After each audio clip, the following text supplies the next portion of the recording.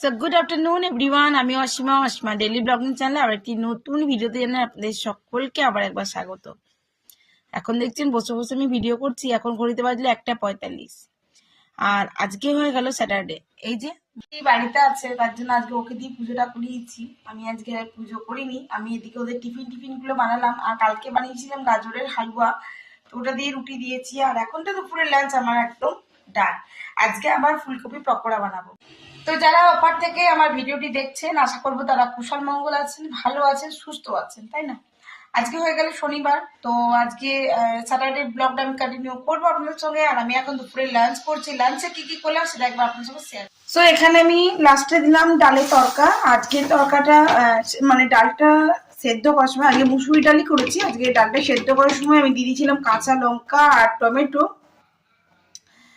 আর এখন আমি একটু পেঁয়াজ আর একটু রসুন কুচি করে আমি এখন ডালটা তড়কা লাগালাম।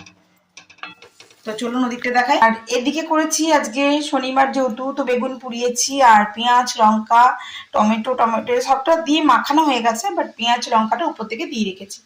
আবার করবো আজকে ফুলকপির পকোড়া, তাই ফুলকপিগুলো আমি কিন্তু 80% বয়েল করে নিয়েছি আর নুন মাখিয়ে রেখেছি এটা টেস্টের জন্য। আর এখানে ব্যাটারটা রেডি করে রেখেছি, এবার আমি এটা ফ্রাই করবো।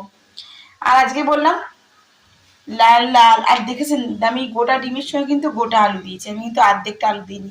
ডিম তো অবশ্যই গোটা, আমি হাফ ডিম খেলে তাণ্ডব করবো, আমাকে ডিম অর্ধেক দিলে হবে না। এই যে ডিম, আজকে ডিমের ঝোল করে দিয়েছি। এই হলো আমাদের আজকে দুপুরের লাঞ্চ। আমি রুটি খাবো, সকালে টিফিনে রুটি করে দিয়েছিলাম ওদেরকে, ওরা খেয়েছে। আর এই যে রয়েছে 4টে রুটি, 3টে রুটি আমার, একটা ন্যান্সির। এইদিকে কড়াইটা বসিয়ে দিয়েছি, এবার আমি ফুলকপি পকোড়াগুলো ফ্রাই করব।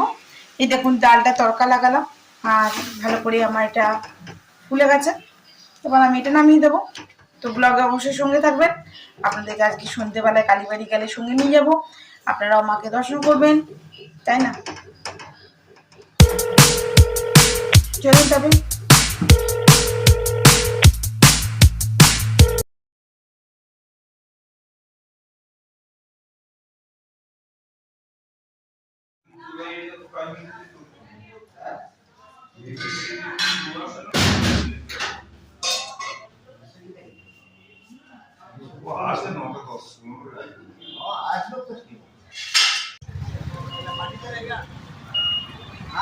गाली सुनने के लिए पार्टी कल वापस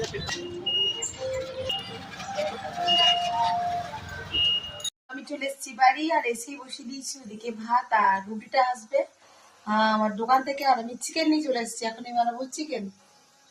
ওবেলা বললি ওবেলাতেই হয়ে যেত, ওবেলা বললো ডিম, এবেলা বলছে চিকেন। তো চলো, আমি চিকেনটা ম্যারিনেট হতে দিয়ে দিয়েছি। আর এখন কেটে নিয়েছি পেঁয়াজ আলু। তো চিকেনের জন্য আমি এখানে কেটে নিয়েছি কিছু আলু, আর আলুগুলো দেখো মিডিয়াম সাইজের নিয়েছি আর একদম দুফালি করে কেটে নিয়েছি। আর চিকেনের জন্য আমি কেটে নিয়েছি এখানে পেঁয়াজ স্লাইস করে, এই যে ঝটপট কেটে ভালো করে ধুয়ে নিয়েছি, ঠিক আছে?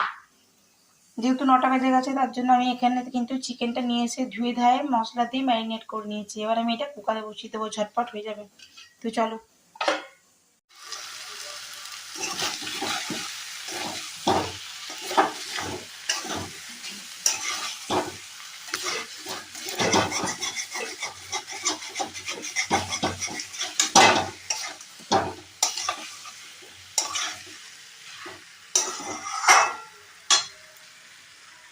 এই চলছে আমার এখন চিকেন কষা, ওদিকে ভাতটা নেমে গেছে, আর ওইদিকে বাটিতে আমি গরম জল করে রেখে দিয়েছি।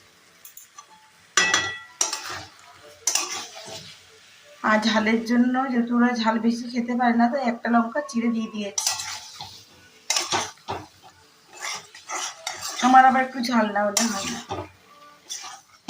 আমি একদম বোদা বোদা খেতে পারি না, মানে আমাদের এদেশের ভাষায় আপনাদেরকে বললাম আর কি। এই এখন আমার কষা চলছে, আমি গ্যাস একদম সিমে করেই কষা করছি।